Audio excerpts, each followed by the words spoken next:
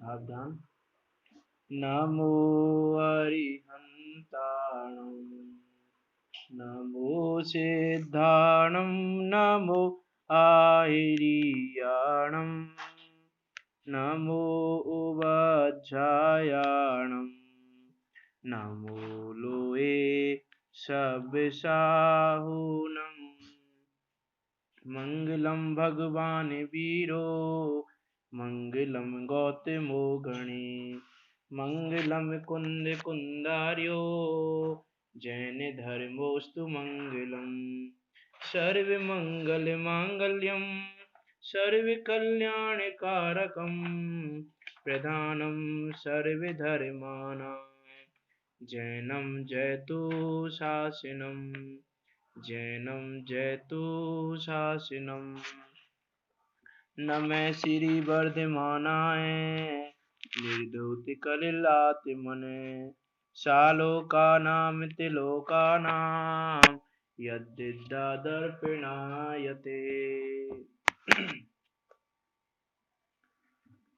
समंतवद्य आचार्य द्वारा रचित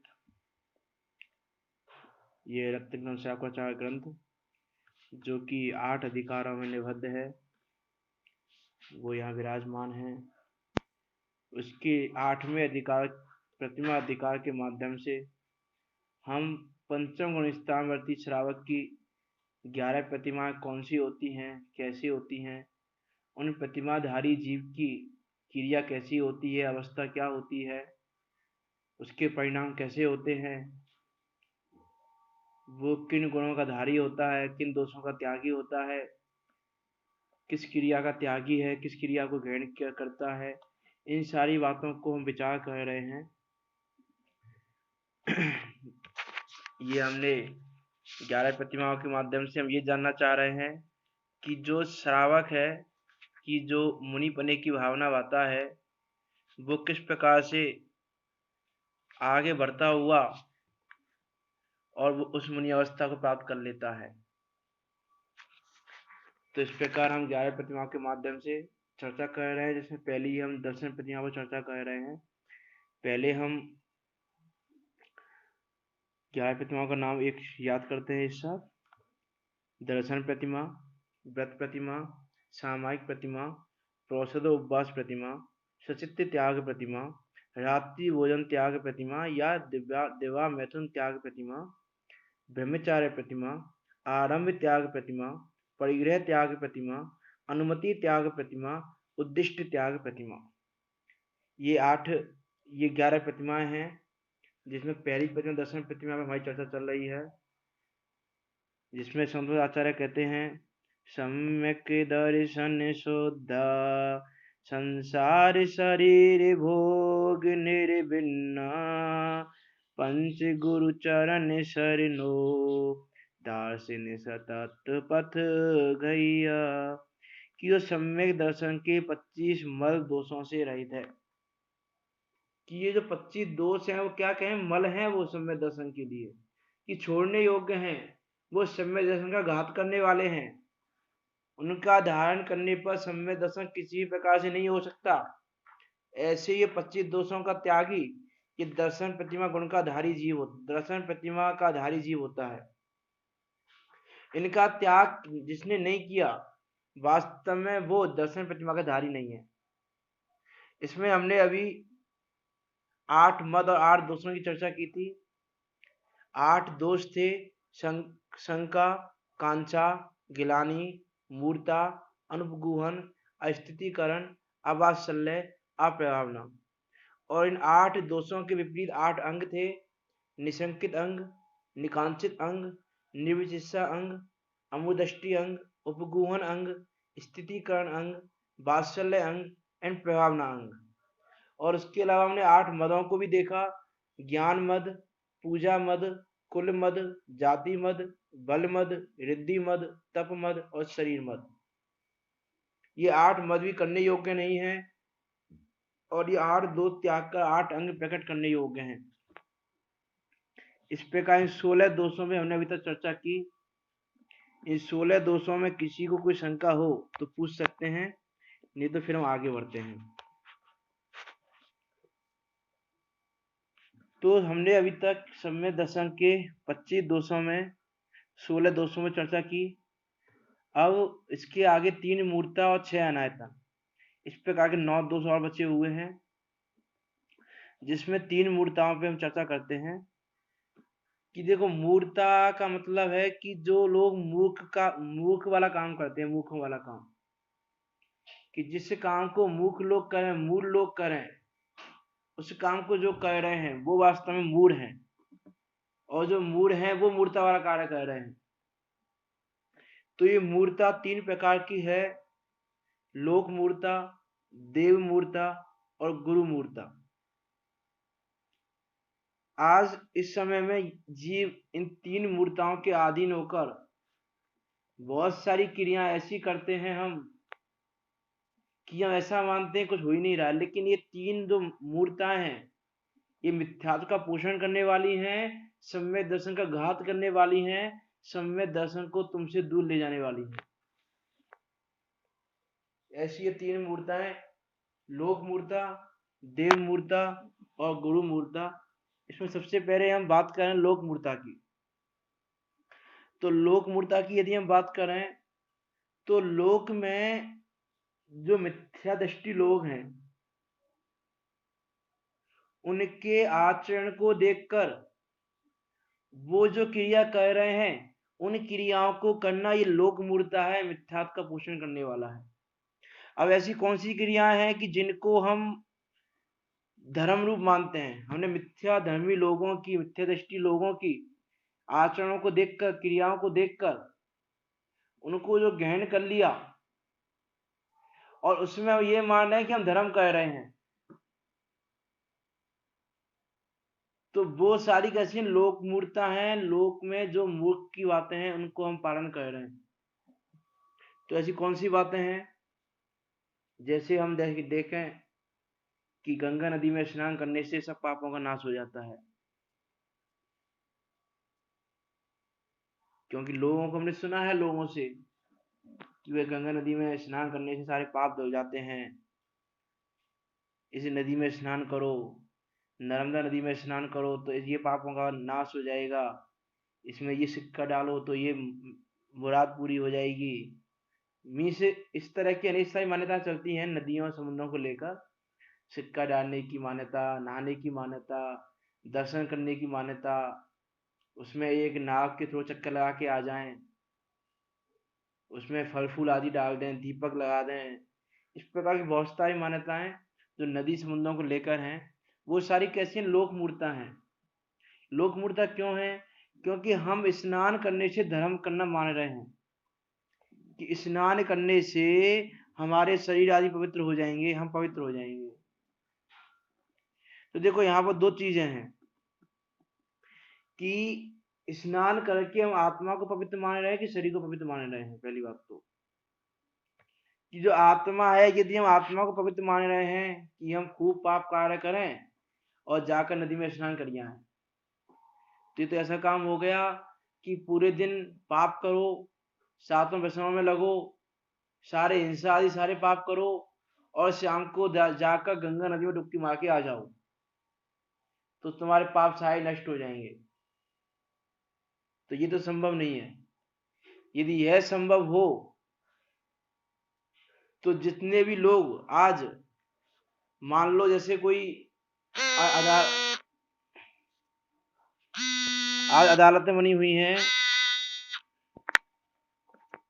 कि आज अदालतें बनी हुई हैं कि जो कोई अपराधी लोग हैं उनको दंड देते हैं।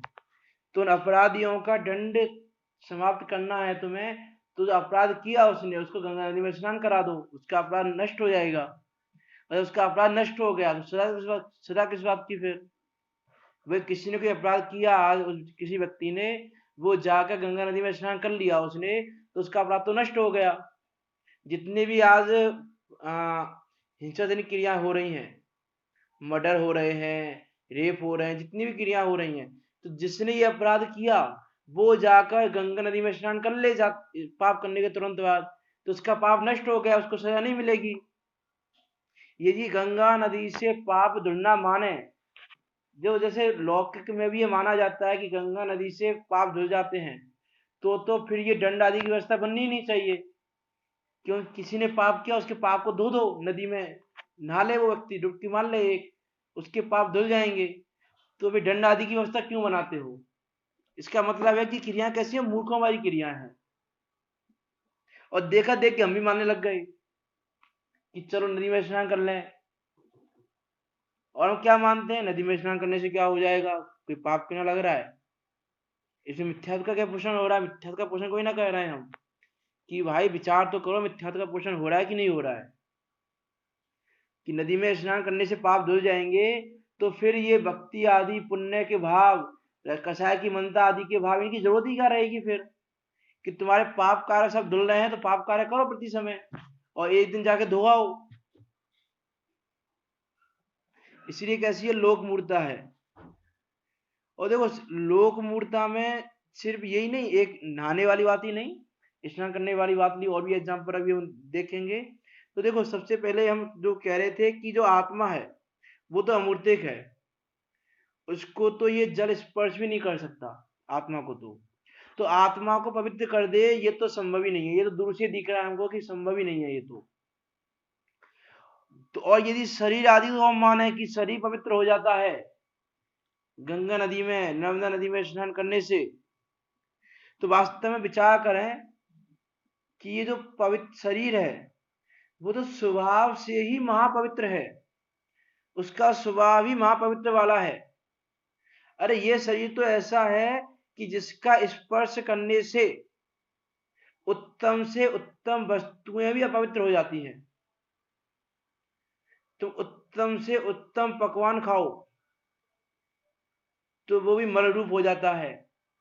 तुम इस शरीर पर वो लगाते हैं, आजकल लोग स्प्रे लगाते हैं, चंदन लगाते हैं, ये वाला स्प्रे लगाया, ये स्प्रे लगाया, डीओ लगाया, ये लगाया। इससे हम क्या, इससे हम ये मानते हैं कि शरीर पवित्र हो जाएगा। लेकिन शरीर पवित्र होने की बजाय ये जो वस्तुएं हैं, तुमने चंदन लगाया, तुमने डीओ लगाया, या तुमने उत्तम उत्तम पकवान खाए, शरीर के संपर्क में जो चीज आती है वो चीजें सारी अपवित्र हो जाती हैं। तुमने वो डीओ लगाया तो डीओ भी कैसा हो जाता है, पवित्र हो जाता है, कि 1-2 मिनट के बाद उसमें स्मेल आने लग जाती है। वो स्मेल जो आ रही है उसकी स्मेल कितनी अच्छी थी, और शरीर का स्पर्श होने के बाद उसकी स्मेल कैसी हो गई। मीन्स शरीर के संपर्क में जो आता है, क्योंकि ये शरीर है ही ऐसा, हड्डी मांस खून पीप आदि से भरा हुआ है, विष्टा युक्त है, नवद्वार वही घिनकारी अधे करें कि मियारी, किसके 9 द्वारों से निरंतर मल बहता रहता है। मुख से कफ लार आदि बहते रहते हैं, कानों से कीचड़ बहता रहता है, आंखों से मल बहता रहता है, नासिका से घृणा करने योग्य वस्तु निकलती रहती है, इसको कोई देखना पसंद नहीं करता। मीन्स जो वस्तु इस शरीर के स्पर्श में आती है वो वस्तु पवित्र हो जाती है, वो वस्तु शरीर को पवित्र नहीं करती। तो किसके भरोसे ये माने कि गंगा नदी में स्नान करने से, नर्मदा नदी में स्नान करने से पवित्र हो जाता है, कि आत्मा का दूर हो, शरीर पवित्र नहीं हो रहा है, और शरीर भी पवित्र नहीं हो रहा है तो पाप धुल जाते हैं। जब पुण्य बनता है नहाने से, धर्म होता है नहाने से, ये बातें तो कितनी मीन्स स्तु वाली मूर्ता हो गई कि शरीर पवित्र नहीं हो रहा है।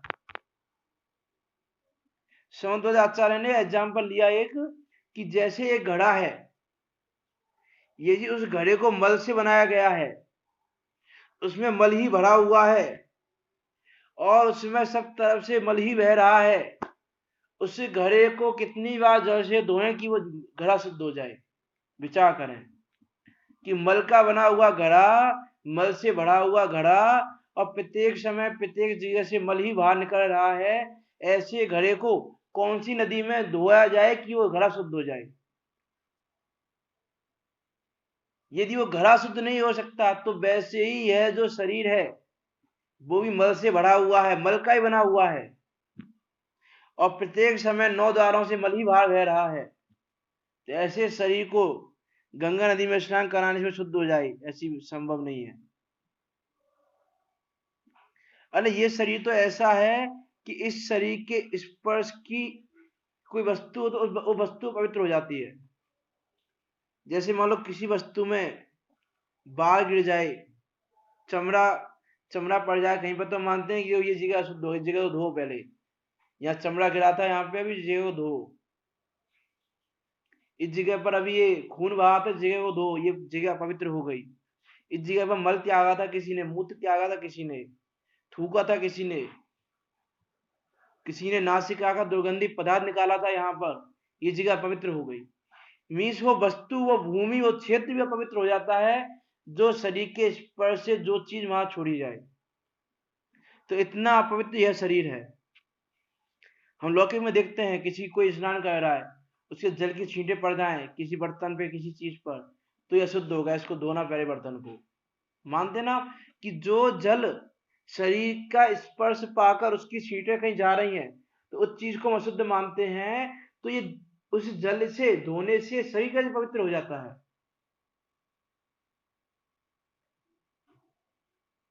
इसलिए विचार करें, जितनी अपवित्र वस्तु हम देखते हैं कि ये वस्तु अपवित्र है, वो शरीर के स्पर्श से, शरीर का संयोग के किसी न किसी प्रकार से शरीर का संयोग हुआ तो वस्तु को पवित्र मानते हैं हम। तो ऐसी अपवित्रता का जो स्थान है ये शरीर, वो नदी में नहाने से कैसे सही हो जाएगा। इसलिए स्नान करने से हम ये माने कि हम पवित्र हो जाएंगे, हमारे पाप धुल जाएंगे, धर्म होगा, ये हमारा महामिथ्यात्व, तीव्र मिथ्यात्व है। ये नरक निगोद में ले जाने वाला मिथ्यात्व है, संसार में घुमाने वाला मिथ्यात्व, अनंत संसार बढ़ा रहा तुम्हारा ये मिथ्यात्व। ये मिथ्यात्व छोटा मिथ्यात्व नहीं है।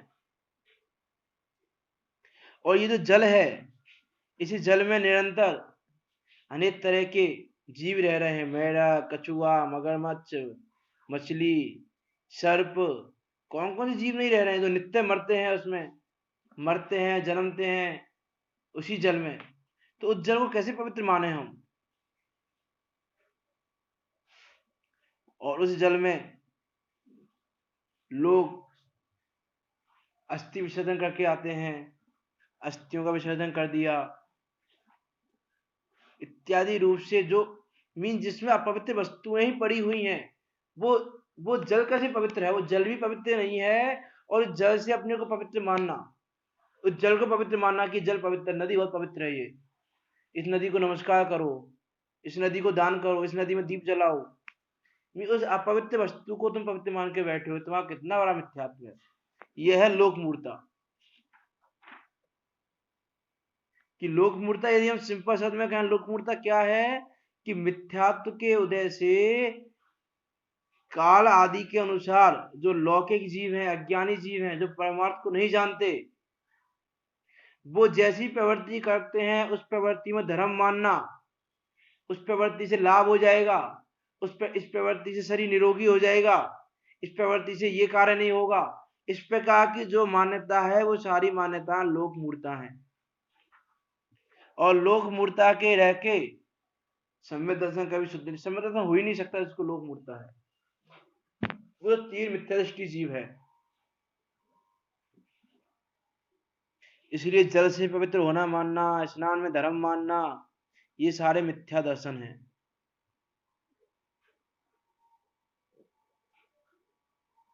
देखो, और यदि हम विचार करें, मान लो गंगा नर्मदा नदियों के जल से पवित्रता हो जाती हो, स्नान आदि करने से मुक्ति हो जाती हो, जैसा वो मानते हैं कि स्नान करने से मुक्ति हो, इसलिए जो अस्थि विसर्जन की जो परंपरा चलाई लोगों ने कि इस नदी में अस्थि का विसर्जन कर दो, इस जीव की मुक्ति हो जाएगी, इस जीव की हड्डियां जाएंगी तो इस नदी में, इस प्रकार के यदि हम मानते हैं, तो जो धीवर हैं, जो डेली उसमें नाव चलाते हैं, डेली नदी में ही रहते हैं, उसमें सुबह से शाम तक उसमें नाव चलाते रहते हैं, तो उनकी तो मुक्ति हो जाए।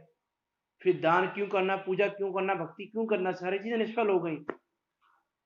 कि पूरे जीवन भर पाप करो और अंत समय में नदी में डुबकी मार लो, पाप धुल गए साले। तो दान, पूजा, फल, भक्ति आदि क्यों करते हो भाई, फिर तुम मत करो। कि गंगा नदी में करने से सारे पाप धुल ही रहे हैं तुम्हारे। तो ऐसा ये महाविपरीत श्रद्धान महामिथ्यात्व का पोषण करने वाला है, महामिथ्यात्व के कारण होता है। अरे विचार तो करो, अशुचि भावना का शरीर कैसा अशुचि है, यह मल की थैली है, मल से भरा हुआ शरीर है ये। इसलिए इस प्रकार से हम विचार करें। देखो लौकिक में एक शुचिपना बनता है कि भाई ऐसा नहीं कि स्नान करना, जो स्नान करते हैं प्रति समय स्नान करते हैं प्रत्येक दिन, तो वो स्नान तो ऐसा है कि जो ये शरीर पे जो गंदगी लगी हुई है, शरीर किसी वस्तु के संपर्क में आया, किसी अपवित्र वस्तु के संपर्क में आ गया, कि चमड़े के संपर्क में, किसी पशु के संपर्क में, मलमूत्र आदि के संपर्क में आया, तो शरीर को पवित्र करने के लिए, क्योंकि यदि पवित्र नहीं करेंगे उस शरीर को, पवित्र मतलब यह है कि गंदगी दूर करना, कि जो गंदगी बाहर में हुई है, कि जिससे विनय आदि बने। नहीं तो यदि ऐसा नहीं हो तो विनय आदि भी नहीं बने। कि जैसे हाँ, मासिक धर्म में स्त्री 4-5 दिन बाद उसको शुद्ध माना, कि उससे पहले शुद्ध नहीं है। यदि ऐसी है, यदि हम लौकिक शुद्धता नहीं माने तो फिर अब देवशास्त्र गुरु की अभिनय भी हो और लौकिक व्यवहार नहीं चाहिए। लौकिक व्यवहार अलग चीज है, लेकिन लौकिक व्यवहार में भी गंगा नदी के स्नान से ही कार्य होगा, ये तो लोक मूर्ता ही है। लौकिक शुचिपना भी 8 प्रकार का कहा आगम में।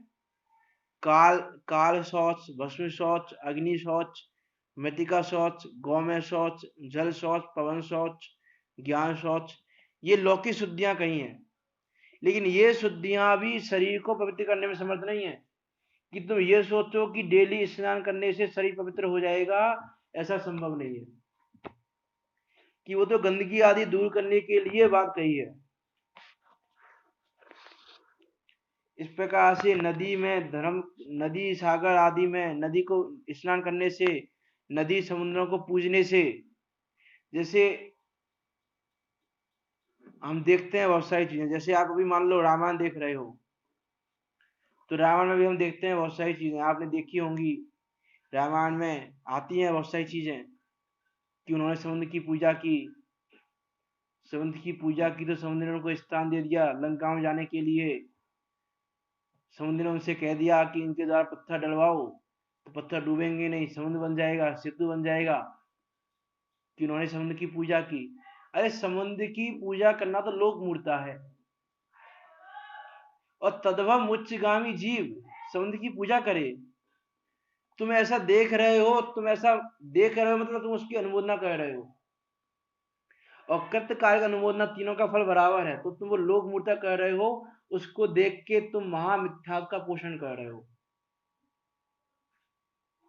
अरे रामायण तुमको देखनी है तो जैन रामायण देखो, पद्म पुराण पढ़ो, कि वास्तव में क्या है कहानी, कौन थे राम, कौन थे लक्ष्मण, कौन थे रावण, क्या क्या क्रियाएं हुई, क्या अवस्थाएं हुई, क्या घटनाएं घटी, उनका विचार तो करो, सही सही घटनाएं क्या हैं। पर देखा देखी जो लौकिक में चल रहा है वही हमने मान लिया कि ऐसा होता है। किसी में ले लो, महाभारत में ले लो, कि धृतराष्ट्र अंधे थे, संजय उनको पूरी कहानी सुनाता था महाभारत में क्या चल रहा है, जैसे वो मीडिया चल रही हो, ब्रॉडकास्ट हो रहा हो, मैसेज लाइव लाइव चला रहा है वो।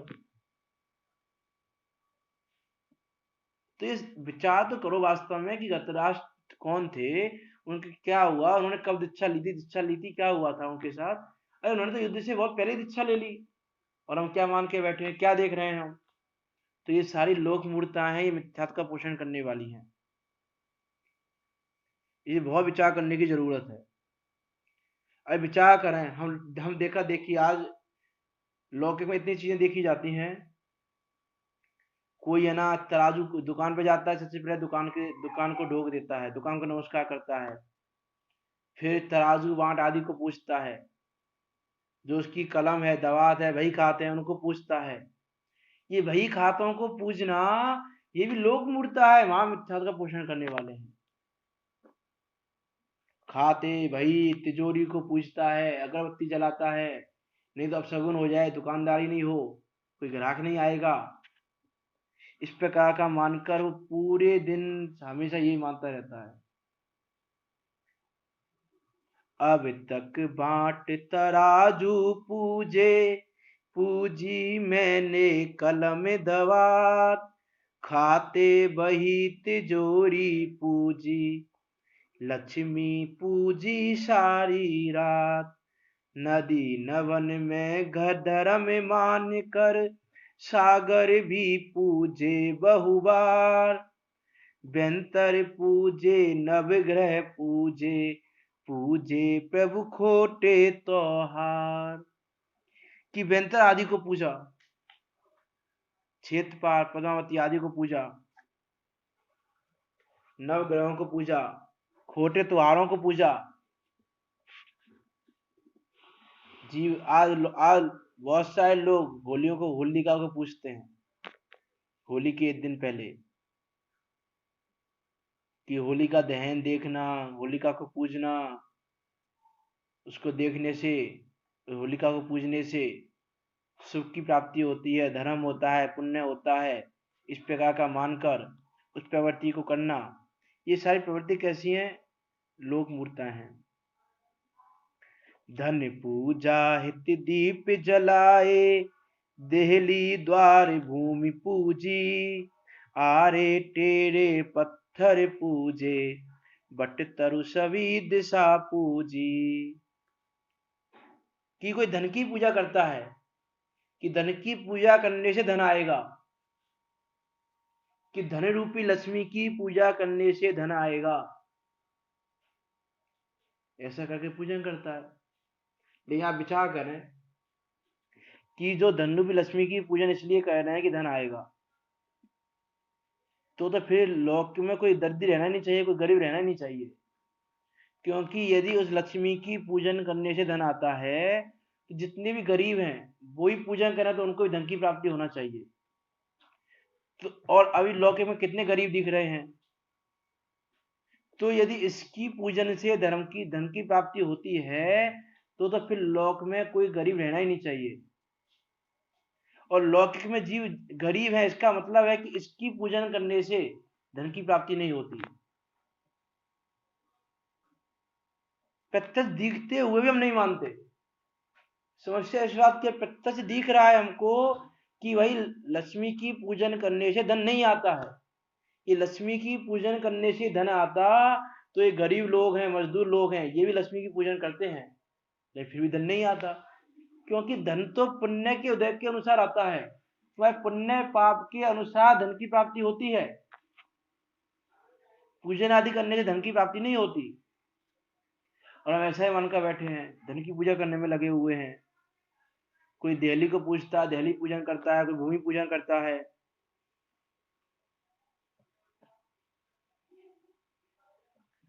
कोई आरे टेढ़े पत्थरों को पूजता है, जैसा हो वैसा पूज लेता है।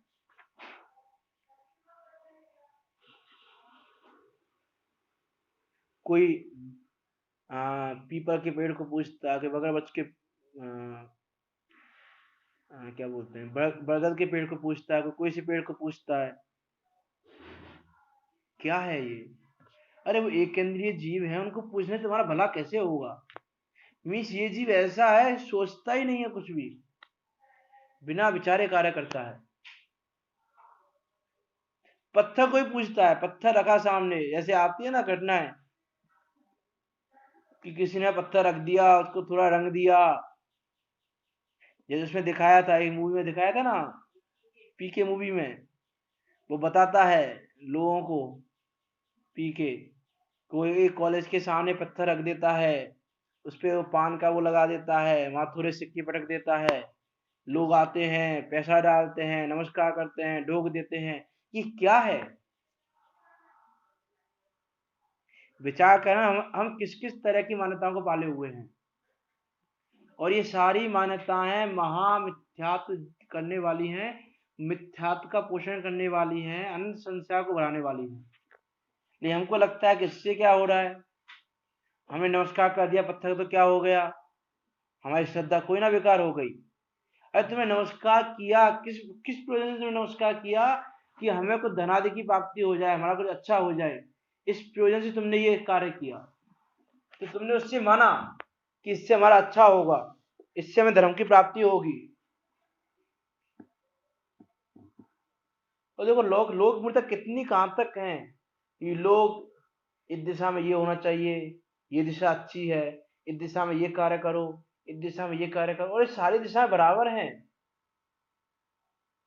पूरा पश्चिम उत्तर दक्षिण सारी दिशाएं तो बराबर हैं। हमें ऐसा मान के बैठे हैं ये दिशा अलग है, ये दिशा अलग है, इस दिशा में ये होना चाहिए, इस दिशा में ये होना चाहिए। यदि इस दिशा में, यदि पूरा दिशा में हमारा मकान का दरवाजा नहीं हुआ तो अपशगुन होंगे, हमारे घर में सुख समृद्धि नहीं आएगी। इसलिए हमको दरवाजा तो पूरब में ही बनाना है। हमको अपने घर का ये आइटम इस कोने में ही रखना है, इसको, ये आग्नेय दिशा है, इसमें रखने से सुख की समृद्धि होगी, पैसा आएगा। बहुत लोग तिजोरी को रखते हैं कि इस दिशा में रखते हैं, पैसा बढ़ेगा इससे हमारा। अरे ये दिशाओं के घर बनाने से, दिशाओं में तिजोरी रखने से पैसा बढ़ता तो कोई गरीबी क्यों रहता। इसलिए भाई सारी दिशाएं बराबर हैं। इनमें से अच्छे बुरे का भेद हम करते हैं, ये हमारा अज्ञान है, ये हमारा मिथ्यात्व है। राजमजी पवैया ने लिखा, धन पूजा हित दीप जलाए, देहली द्वार भूमि पूजी, आरे टेढ़े पत्थर पूजे, बट तरु सभी दिशा पूजी। सभी दिशाएं समान होती, सभी बार हैं एक समान, इनमें अच्छे बुरे भेद से प्रकटित होता है अज्ञान। जैसे हम मानते हैं शनिवार को ये कार्य नहीं करना चाहिए, ये कार्य करने से शनिवार को ये कार्य करेंगे, शनिवार को बाल नहीं कटवाने चाहिए, शनिवार को ये कार्य नहीं करना चाहिए, इससे अपशगुन होते हैं, इससे हमारे साथ बुरा होता है। गुरुवार को लोगों ने अलग अलग बारों को बांटा हुआ है, इस बार को ये कार्य नहीं करना चाहिए, ये कार्य करने से ऐसा हो जाता है। और जैनों में भी हम तो कहें, जैनों को जैनों को देखें हम, किस बाल कटाने जाना है, अरे आज तो शनिवार है आज नहीं जा रहे, आज तो गुरुवार है आज नहीं जा रहे, कल जाएंगे। तो ये क्या है कि तुमने ये माना है। देखो इसमें हम क्या सोचते हैं कि क्या हो गया, हम नहीं जा रहे आज, हम कल चले जाएंगे। हम इसमें ऐसा क्या मान रहे हैं कि तुम्हारे मन में विचार आया बात आज की हम हेयर कटिंग करा लें आज, और फिर तुमने सोचा गुरुवार है कल जाएंगे। मीत तुम्हारे अंदर क्या मान्यता है कि यदि आप गुरुवार को यदि हम कटिंग कराने चले गए तो हमारे साथ अपशकुन हो जाएगा, हमारे साथ कुछ बुरा हो जाएगा। तो ये क्या लोक मूर्ता है, और ये लोक मूर्ता महामिथ्यात्व का पोषण कराने वाली है।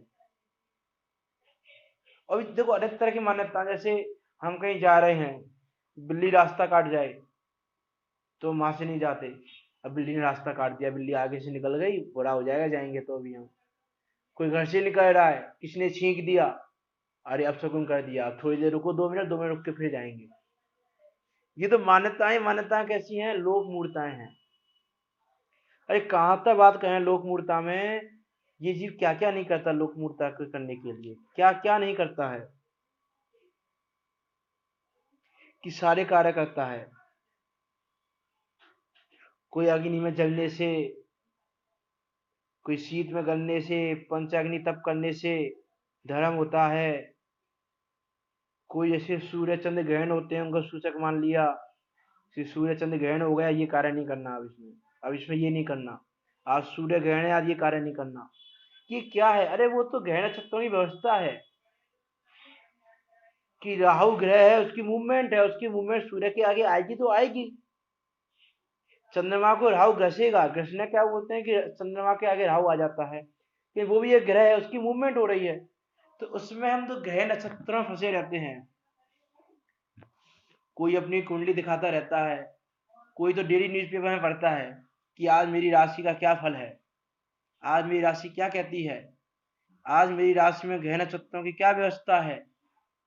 इस प्रकार तो ग्रह नक्षत्रों में फंसे हुए हैं, ग्रह नक्षत्रों के अनुसार काम करते हैं। और देखो जैसे मकर संक्रांति है, मकर संक्रांति दान देना, जैन लोग भी मकर संक्रांति मनाना, दान आदि देना, पीपर आदि को पूजना, गाय को पूजना। अरे वो तिर्यंश गति का जीव है, उसको पूजने से धर्म कैसे होगा, मेरी ये समझ नहीं आती बात कि तिर्यंश गति का जीव है, तिर्यंश गति के जीव को पूजने से धर्म की प्राप्ति कैसे होगी। परीक्षा ही नहीं करते जीव, वह देखा देखी लोक मूर्ता में चले हुए हैं। लोक मूर्ता देखा देखी चलू न मूढ़ों के अनुसार, भली भांति से करूं परीक्षा, लोक मूर्ता कर परिहार। अरे परीक्षा करके तुम बात को मानो, देखा देखी कुछ भी मानने मत लगो। गाय को पूजना, रुपया सिक्का मोहर को पूजना, मृत पितरों को पूजना। लोग पूछते ना वो कौन क्या आता है, क्या बोलते हैं, अभी श्राद्ध चल रहे हैं, लोग मानते हैं ना श्राद्ध चल रहे हैं, हम अपने पितरों को पूजें, आज हम घर में ये बनाएं, इससे हमारे पितरों पितरों को शांति होगी।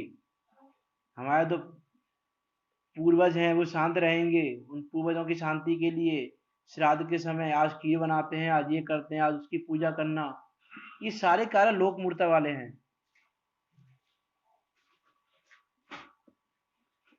मृतकों को जो मृतक लोग हैं उनको तर्पण करने के तर्पण करना, श्राद्ध करना, देवताओं की रज्जा करना। वो आता है ना देव जग रहे हैं, अब देव सो रहे हैं, देव जग रहे हैं, इस प्रकार की उन्होंने मान्यता मानी हुई है। तालाब खुदवा दो, यहाँ पर तालाब खुदवाने में धर्म है। कुआं खुदवा दो, भापिया खुदवा दो, मृत्युंजय आदि मंत्र का जाप करो, इससे मृत्यु नहीं होगी, मृत्यु टल जाएगी। मृत्युंजय का जाप करो, मृत्यु टल जाएगी। लोगों ने ऐसा माना हुआ है कि वे मृत्युंजय मंत्र का जाप करने से मृत्यु टल जाती है। यदि ऐसा ही है कि मृत्युंजय मंत्र का जाप करने से मृत्यु टल जाती हो, तो फिर संसार में किसी की मृत्यु नहीं होनी चाहिए। और अभी कोरोना वायरस के कारण फिर तो भयभीत ही नहीं होना चाहिए कि जिसको कोरोना हो गया वो ना इलाज कराए ना कुछ कराए, मृत्युंजय महामंत्र का जाप करने बैठ जाए, बस उसकी मृत्यु टल जाएगी।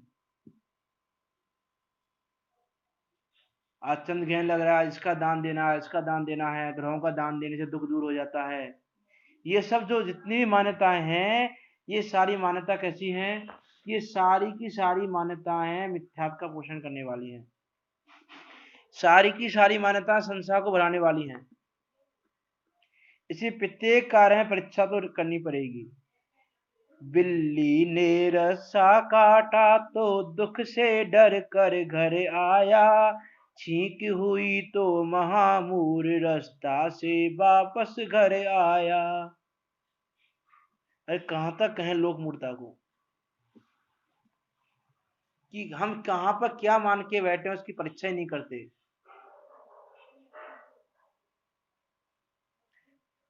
आज कोई शीतला माता को पूजने में लगा हुआ है, कोई किसी चीज को पूजने में लगा हुआ है।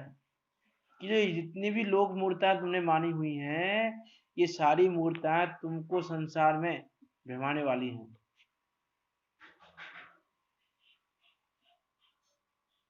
इसी विचार करें हम कि हम वास्तव में क्या कर रहे हैं और हमको क्या करना चाहिए। अरे कर्म के उदय का विचार नहीं करते, जो परिणाम हो रहे हैं उनका विचार नहीं करते कि वास्तव में क्या सही है क्या गलत है, उसका विचार नहीं करते। वह धर्म के नाम पर जो चल रहा है वो चलने देते हैं। अरे विचार तो करें वास्तव में तत्वों का क्या स्वरूप है, देव का क्या स्वरूप है, धर्म का क्या स्वरूप है, इसका विचार ही नहीं करते। अरे धर्म के स्वरूप का जब तक विचार नहीं करोगे, जब तक ऐसी लोक मूर्ताएं पड़े रहोगे। अरे कहां तक कहें, आज लौकिक में रोज लोग अपने बच्चों को काला टीका लगा दो, इनको काला धागा बांध दो, नजर लग जाएगी नहीं तो। ये क्या है? ये लोक मूर्ता है, ये मिथ्यात्व है कि एक काला धागा बांध दिया तुमने तो काला धागा बांधने से ये बीमार नहीं पड़ेगा, इसको नजर नहीं लगेगी, कैसे माना तुमने? और चलो तुमने ये माना कि काला धागा लगाने से नजर नहीं लगती। आज कोई बच्चा है बीमार पड़ गया, अरे इसको काला धागा नहीं लगाया हमने, आज किसी की नजर लग गई इसको, इसलिए बीमार पड़ गया। इसका ये रोग सही नहीं हो रहा है, इतने दिन हो गए, कोई बुरी नजर लगी है इसको। तो काला टीका नहीं लगाया था तुमने, काला धागा नहीं बांधा था उस दिन नजर लग गई इसको, ऐसा मानते हैं। अरे ये काला टीका लगाने से बच्चों को नजर नहीं लगती, बच्चे बीमार नहीं पड़ते हैं। तो ये बच्चों के स्पेशलिस्ट जो डॉक्टर बैठे हैं, बच्चों के हॉस्पिटल खुल रहे हैं, इनकी क्या जरूरत है? सारे बच्चों को काला टीका लगा दो, बस नजर लगेगी नहीं, बीमार पड़ेंगे नहीं, सारे बच्चे हष्ट पुष्ट रहेंगे, खेलते रहेंगे, कुछ होगा ही नहीं उनको, काला टीका लगा दो बस। तो विचार करें हम कि किस चीज को मानने से क्या कह रहे हैं हम। विचार करते नहीं है, बिना विचार किए देखा देखी सब करने लग जाते हैं। इसलिए बहुत ज्यादा विचार करने की जरूरत है कि हम क्या मान रहे हैं, हमको क्या मानना चाहिए।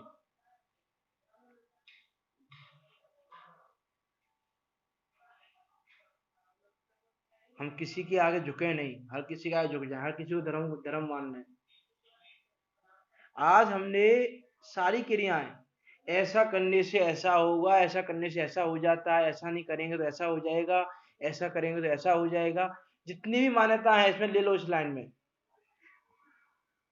हम सब विवेकवान हैं, सब बुद्धिशाली हैं, सब में विवेक है, सबका क्षयोत्सम है, सब में ज्ञान है। इतना तो हम विचार कर सकते हैं कि लौकिक में कहाँ कितना क्या दिख रहा है। कि पर्वत से गिनने, पंचाग्नि तप करने में कौन सा धर्म होता है?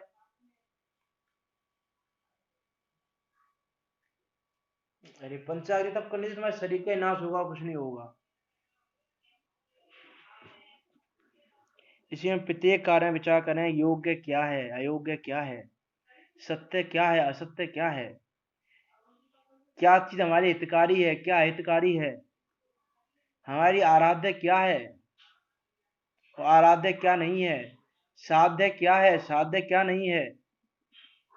इस प्रकार का विचार ना करके ये लौकिक जीव, ये हम लोग, ये जो संसार के जीव हैं, इन जीवों की प्रवृत्ति को देखकर उनमें धर्म आदि मानकर अनादि से मिथ्यात्व को पुष्ट करते आ रहे हैं, और आदि से मिथ्यात्व को पुष्ट कर कर उसी प्रवृत्ति को सत्य मानकर उसी में प्रवर्तन करते आ रहे हैं। इसी का नाम लोक मूर्ता है।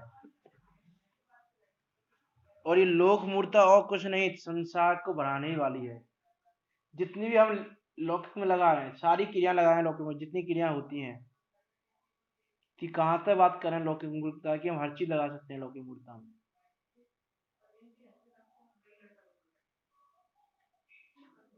कि लौकिक मूर्ता का मीनिंग है कि तुम लौकिक में ही मूर्त होके रहोगे और घूमते रहोगे लौकिक में ही। इस प्रकार हम विचार करें कि जैसे हमने कहा गंगा नदी, नर्मदा नदी में स्नान करने से पवित्र हो जाता है शरीर। इस वास्तव में विचार करें कि होता है कि नहीं होता है, इसकी परीक्षा करना जरूरी है। इसलिए कहा लोक मूर्ता देखा देखी चलू ना मूढ़ों के अनुसार, कि मैं देखा देखी मूर्खों के अनुसार नहीं चलूं, कि जो कार्य मूर्ख कर रहे हैं उसी कार्य को मैं करूं, तो मूर्ख में और मुझ में अंतर क्या रह जाएगा? कि कोई पागल व्यक्ति है, वो पागल व्यक्ति जैसी चेष्टा कर रहा है, वैसी चेष्टा ही, वैसा ही प्रवर्तन हम करें, तो पागल व्यक्ति में और हमें क्या अंतर रह जाएगा? फिर हम समझदार कहां से ठहरे? हम भी तो पागल ही ठहरे यदि हम भी वैसी चेष्टा करें। तो हम भी जो मूर्ख लोग बिना पहचाने, बिना परीक्षा किए, यदा तदा जहां जैसा किया वैसा धर्म मान लिया, उसको धर्म मानकर उसमें प्रवृत्ति कर रहे हैं, और हम भी वही कार्य करें, तो हम में अंतर क्या रह जाएगा? ये बहुत ज्यादा विस्तार तो क्या करें लोक मूर्ता का, जितना विस्तार करें उतना कम है।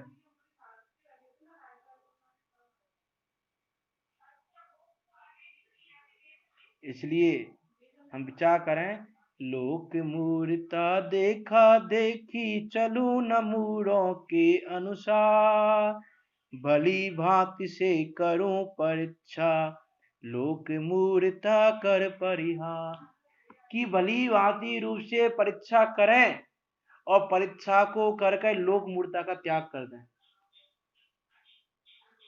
चाहे जैसी तन मुद्रा हो उसके आगे झुकूं नहीं, भीतराग मुद्रा ही पूजूं लोक मूर में बनूं नहीं।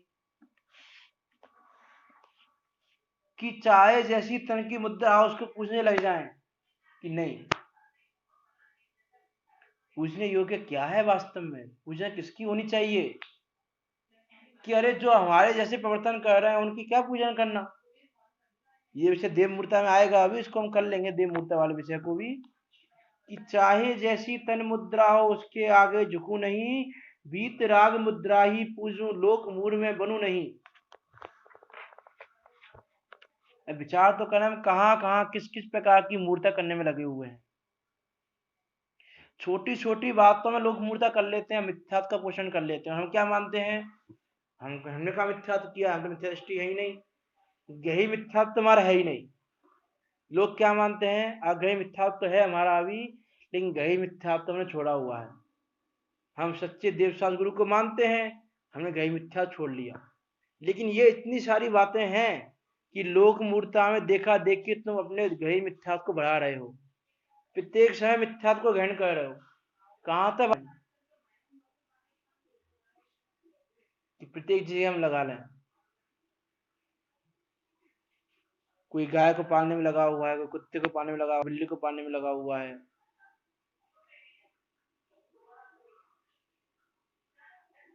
कि गाय को पालो, गाय की पूजा करो, धर्म हो जाएगा।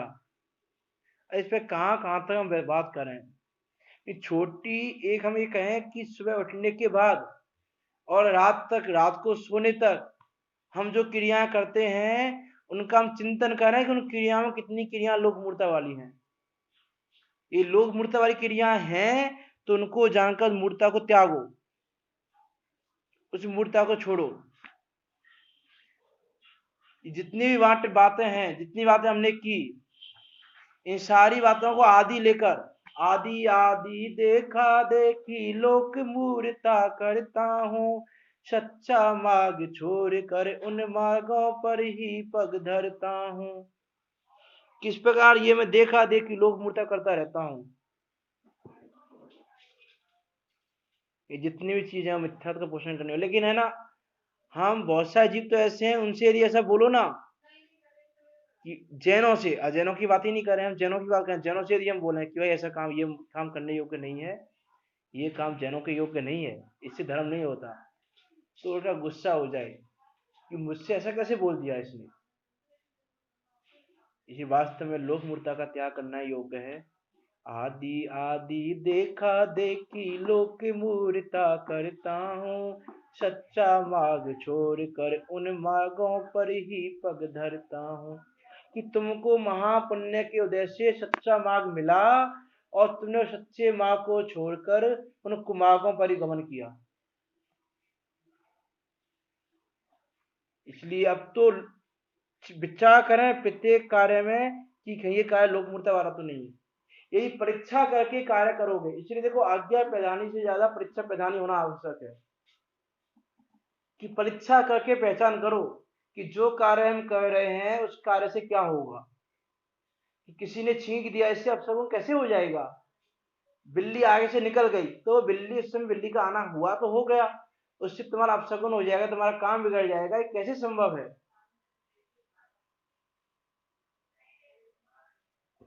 इस प्रकार विचार करके प्रत्येक कार्य में लोक मूर्ता का त्याग करना बहुत आवश्यक है।